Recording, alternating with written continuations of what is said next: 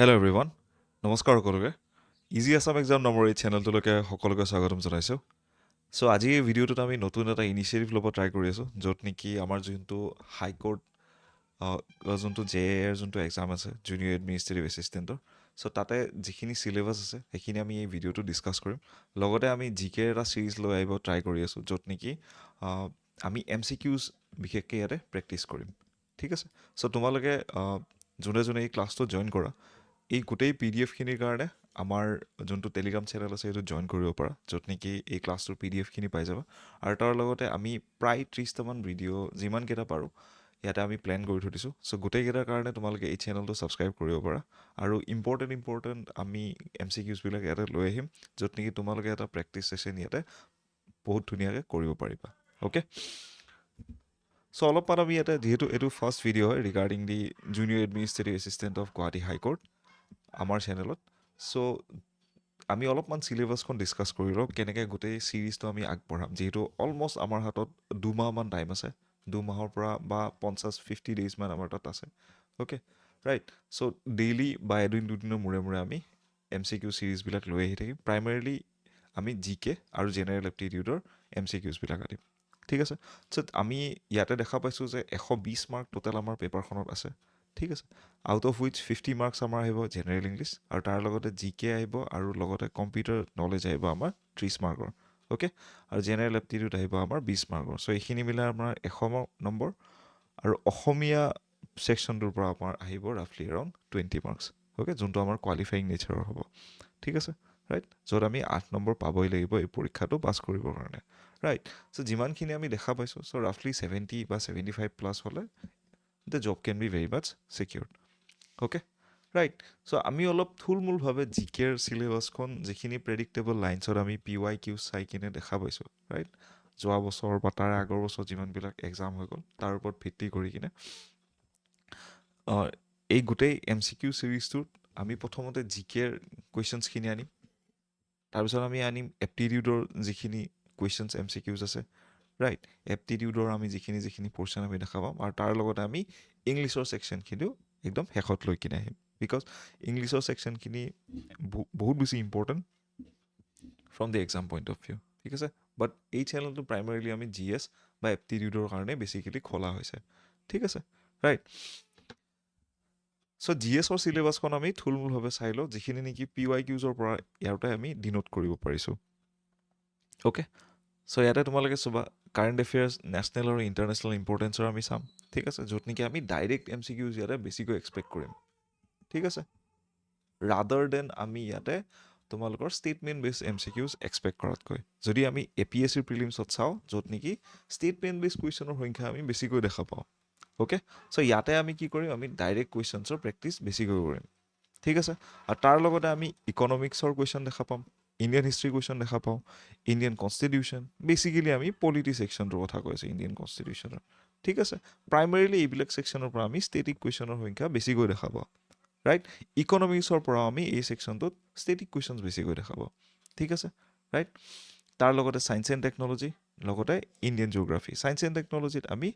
Static plus current দুটা পৰ্শ্যনে আমি বেছিকৈ দেখা পাওঁ ঠিক আছে ৰাইট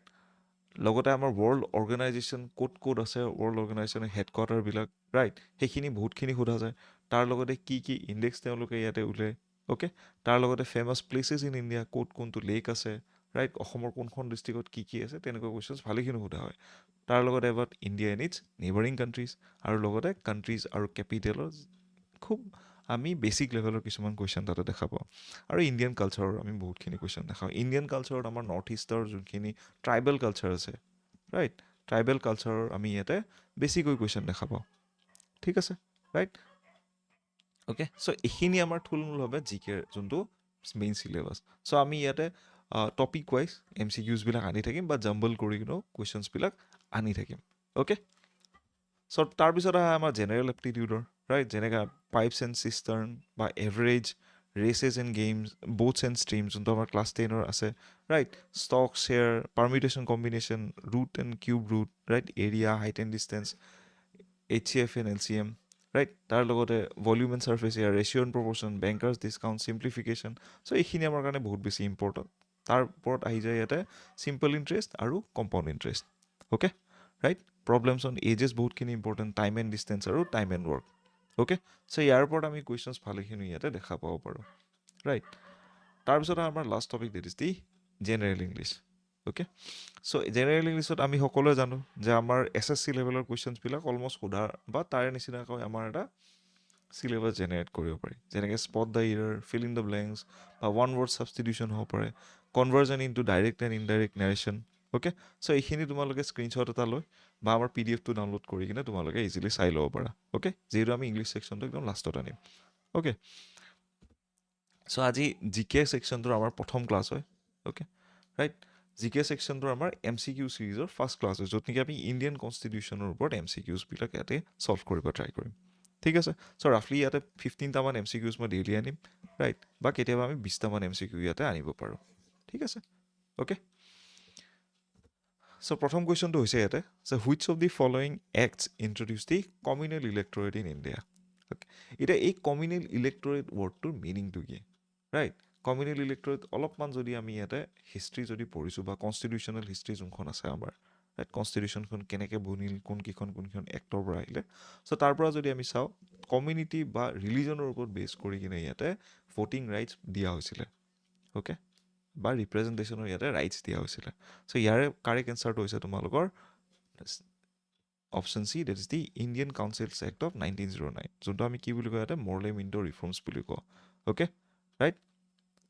চ' লৰ্ড মিণ্টো আমি কি বুলি কৈছিলোঁ ইয়াতে লৰ্ড অফ কমিউনেল ইলেক্টৰেট বুলি কৈছিলোঁ অ'কে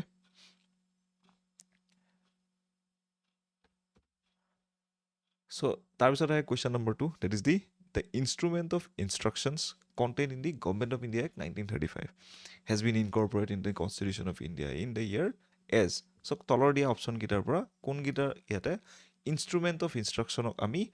কনষ্টিটিউশ্যনত এইটো নাম দিলোঁ ঠিক আছে চ' গভৰ্ণমেণ্ট অফ ইণ্ডিয়া এক্ট 1935ৰ আণ্ডাৰত ইনষ্ট্ৰুমেণ্ট অফ ইনষ্ট্ৰাকশ্যন আহিছিলে চ' অপশ্যন এ ইয়াতে আছে ফাণ্ডামেণ্টেল ৰাইটছ অপশ্যন বিত আছে তোমালোকৰ directive principle of state policy fundamental duties আৰু ইমাৰ্জেঞ্চি প্ৰভিজন আমি ইয়াতে গভৰ্ণমেণ্ট অফ ইণ্ডিয়া এক্ট 1935ৰ পৰা লৈছোঁ ঠিক আছে DPSP আমাৰ আয়াৰলেণ্ডৰ কনষ্টিটিউশ্যনৰ পৰা আমি লোৱা গৈছে ঠিক আছে অ'কে তাৰ লগতে এই বস্তুটোৱে আমাৰ আছিলে as a instrument of instruction in the year 1935ৰ গভৰ্ণমেণ্ট অফ ইণ্ডিয়া এক্টখনত ফাণ্ডামেণ্টেল ৰাইটছ আমি ক'ৰ পৰা লৈছোঁ তোমালোকে অলপমান চালে গম পাবা এইটো আমি US পৰা লৈছোঁ হয়নে ৰাইট আৰু তাৰ লগতে ইয়াতে আমি ফাণ্ডামেণ্টেল ডিউটিজ অ'কে ৰাইট এইটো আমি এমেণ্ডমেণ্টৰ থ্ৰুদি সোমাইছোঁ 1976ত 42nd এমেণ্ডমেণ্টৰ আণ্ডাৰত ঠিক আছে ৰাইট চ' ইয়াৰ কাৰেক্ট এনচাৰ কি হ'ব B that is the directive principles of state policy okay so' তাৰপিছতে question number 3 in which year did the parliament adopt the Indian constitution okay একদম simple answer that is the 1950ৰ 26 January okay আমাৰ কি সেইদিনাখন republic day ঠিক আছে right So next up is the question number 4 য'ত নেকি সোধা হৈছে the distribution of powers between the center and the states in the Indian constitution is based on the scheme provided in the তোমালোকে এটা বস্তু মনত ৰাখিবা যেতিয়া distribution of powers between center আৰু stateৰ যেতিয়া আমি কথা কওঁ we are talking about the federal system আমি federal system of governmentৰ বিষয়ে কথা পাতি আছোঁ ঠিক আছে federal system of the government কিহত আছিলে আমাৰ 7 schedule আছিলে ঠিক আছে আৰু 7 শিডিউল আমি ক'ৰ পৰা লৈছোঁ ইয়াতে গভৰ্ণমেণ্ট অফ ইণ্ডিয়া এক্ট 1935ৰ পৰা লৈছোঁ অ'কে ৰাইট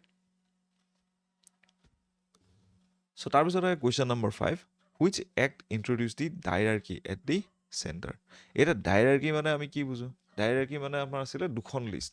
য'ত নেকি কি আছিলে এখন লিষ্টত আছিলে আমাৰ ৰিজাৰ্ভ টপিকছবিলাক অ'কে আৰু এখনত আছিলে আমাৰ ট্ৰান্সফাৰ্ড টপিকবিলাক ৰিজাৰ্ভ টপিকবিলাকত কি হৈছিলে আমাৰ গভৰ্ণৰ জেনেৰেল বা যোনজন আমাৰ মেইন গভৰ্ণৰ আছিলে তেতিয়া টাইমত তেওঁ ইয়াতে কি কৰিছিলে he can make decisions on this okay right but যোনখন ট্ৰান্সফাৰ্ড লিষ্ট আছিলে সেইখনতে কি হৈছিলে ইয়াতে আমাৰ যিমানবিলাক ৰিপ্ৰেজেণ্টেটিভ আছিলে ৰাইট কাউন্সিলত তেওঁলোকে ইয়াতে ডিচিশ্যনছ ল'ব পাৰিছিলে অ'কে চ' মেইন ডিচিশ্যনবিলাক ইয়াতে তোমালোকৰ ভাইচৰয় বা গভৰ্ণৰ তেওঁ লৈছিলে বাট ইয়াতে কি হয় ট্ৰান্সফাৰ্ড লিষ্টত আমাৰ নন ইম্পৰ্টেণ্ট বা যিমানবিলাক বেছি ইম্পৰ্টেণ্ট নহয় সেইবিলাক টপিক ইয়াতে ৰখা হৈছিলে ঠিক আছে চ' এইখন ইয়াতে ডাইৰাৰ্কি তোমাৰ চেণ্টাৰত ইন্ট্ৰডিউচ কৰা হৈছিলে by the government of India act 1935 okay right আগতে কি আছিলে অকল প্ৰভিঞ্চিয়েল লেভেলত আছিলে 1935 যোনখন এক্ট আছিলে তাৰে আণ্ডাৰত আমাৰ চেণ্টাৰত ইন্ট্ৰডিউচ কৰা হ'ল বাট প্ৰভিন্সত কি কৰা গ'ল ইয়াতে ডাইৰাৰ্কি চিষ্টেমটো নোহোৱা কৰা গ'ল অ'কে চ' তাৰপিছত আহে question number 6 that is the who was the chairman of the union power committee of the constituent assembly এইবিলাক কুৱেশ্যনত তোমালোকৰ কি হয় বহুত বিশেষ মাথা লগাবলগীয়া নাই this is more of a memorising kind of question আমি ইয়াতে বেছি মেমৰাইজিং কেপাচিটিত গুৰুত্ব দিব লাগে এতিয়া মেমৰাইজ কেনেকৈ কৰিব পাৰিম আমি এই কুৱেশ্যনটো আমি কমন পেলাই কিনে এনেকুৱা কুৱেশ্যন আমি যিমান পাৰোঁ সিমান প্ৰেক্টিচ কৰিব লাগে ৰাইট আৰু 10-15 বাৰমান এটা কুৱেশ্যন কৰাৰ পিছত আমাৰ মুখস্থ হৈ যায় ঠিক আছে চ' ৰিভিজনৰ ওপৰত তোমালোকে বেছি গুৰুত্ব আৰোপ কৰিবা চ' ইয়াৰে কাৰেক্ট এনচাৰ হ'ল Pandit Jawaharlal Nehru so' option D is the correct answer union power কমিটিৰ চেয়াৰমেন আছিলে okay so' next up is the question number 7 য'ত নেকি কি সুধিছে who presided over the first meeting of the Indian constituent assembly প্ৰথম মিটিংখন আমাৰ ইণ্ডিয়ান কনষ্টিটিউৱেণ্ট এছেম্বলিৰ কোনে ইয়াতে প্ৰিজাইড কৰিছিল অ'কে চৰি ইয়াতে পি এটা আহিব লগা আছিলে okay so' C is the correct answer that is the Sachchidananda Sinha Rajendra Prasad পিছত আহিছিলে বি আৰ আম্বেদকাৰ ইয়াতে চেয়াৰমেন আছিলে ড্ৰাফটিং কমিটিৰ okay so' next up is the question number 8 য'ত নেকি সোধা হৈছে The Constituent Assembly of India started functioning from which of the following date? Okay, so Constituent Assembly of India ইয়াতে কিমান তাৰিখৰ পৰা আৰম্ভ কৰিছিলে নিজৰ কাম that is the 9th of December 1946 এইবিলাক কুৱেশ্যনো কি হয় আমাৰ this is more of a memorizing kind of thing not understanding okay ইয়াতে বেছি বুজিবলগীয়া বেছি নাথাকে so তাৰপিছত আহে question number 9 the Constitution of India was completed on which of the following date okay so ইয়াতে কনষ্টিটিউশ্যন অফ ইণ্ডিয়াখন আমাৰ কোনদিনা কমপ্লিট হৈছিলে this is the November of 26 1949 right so' এই দিনাখন আমাৰ কনষ্টিটিউশ্যনখন কমপ্লিট হৈছিলেগৈ চ' তাৰপিছত আহে question number 10 how much time the constituent assembly took to frame the constitution of India so' আমাৰ কনষ্টিটিউশ্যন বা ভাৰতৰ সংবিধানখন বনাওঁতে ইয়াতে কিমান দিন সময় লাগিছিলে চ' ইয়াৰে কাৰেক্ট আনচাৰ হৈছে আমাৰ ইয়াতে 2 বছৰ 11 মাহ আৰু 18 দিন অ'কে তোমালোকে এইটো বস্তু ডাইৰেক্টলি মনত ৰাখিবা ঠিক আছে 2 বছৰ লাগিছিলে ডেট মিনছ আমাৰ অপশ্যন চি আৰু অপশ্যন ডি কাট খাই গ'ল আৰু আমাৰ কি হ'ল 11 মাহ লাগিছিলে মানে 20 দি কাৰেক্ট আনচাৰ হিয়াৰ ঠিক আছে চ' তাৰপিছত আহে তোমাৰ question number 11 that is the the number of members included in the constitution drafting committee so' constitution drafting কমিটিত কিমানজন ইয়াতে মেম্বাৰ আছিলে চ' ইয়াৰ কাৰেক্ট এনচাৰ হৈছে that is the 7 members were there okay so' এইখিনিও তোমালোকৰ কি হয় দিজ আৰ কাইণ্ড অফ আকৌ কি কৈছোঁ মই মেমৰাইজিং কাইণ্ড অফ কুৱেশ্যন ঠিক আছে ৰাইট এইবিলাক কুৱেশ্যনৰ সংখ্যা তোমালোকৰ ডাইৰেক্ট কুৱেশ্যন আমি বেছিকৈ দেখা পাওঁ এনেকুৱা এক্সামত right the same kind of question তোমালোকে APSC প্ৰিলিমছত এক্সপেক্ট কৰিব নোৱাৰা okay so' next up is the question number 12 য'ত নেকি সুধিছে who propose the preamble before drafting committee of the constitution so' preamble বা অবজেক্টিভ ৰিজলিউশ্যন যোনটো আছিলে বেছিকেলি অবজেক্টিভ ৰিজলিউশ্যন বুলি কোৱা হয় এইটো ঠিক আছে অবজেক্টিভ ৰিজলিউশ্যনটো কোনে দাঙি ধৰিছিলে আমাৰ কনষ্টিটিউৱেণ্ট এছেম্বলিৰ আগত অ'কে তাৰ কাৰেক্ট এনচাৰ হৈছে আমাৰ option A that is the Jawaharlal Nehru okay B R আম্বেদকাৰো নহয় মহাত্মা গান্ধীও নহয় ঠিক আছে ৰাইট চ' তাৰপিছত আহে কুৱেশ্যন নম্বৰ 13 য'ত নেকি সুধিছে who was the chairman of the provincial constitution committee of the constituent assembly right provincial constitution committee সদায় তোমালোকে মনত ৰাখিবা আমাৰ ইউনিটি আনাৰ কাৰণে কোনে কাম কৰিছিলে গোটেই ইণ্ডিয়াত মানে যিমানকেইখন আমাৰ প্ৰভিঞ্চিয়েল ইনষ্টিটিউশ্যনছ বা প্ৰভিঞ্চিয়েল ষ্টেটছ আছিলে ৰাইট তাৰ লগতে আমাৰ যিমানবিলাক প্ৰিন্সলি ষ্টেটছ আছিলে সকলোবিলাক সংলগ্ন কৰিছিলে আমাৰ কোনে that is the Sardar Patel so' option D is the correct answer that is the Sardar Patel okay statue of unity যাৰ নামত আছে ঠিক আছে চ' তাৰপিছত আহে কুৱেশ্যন নম্বৰ 14 হুইচ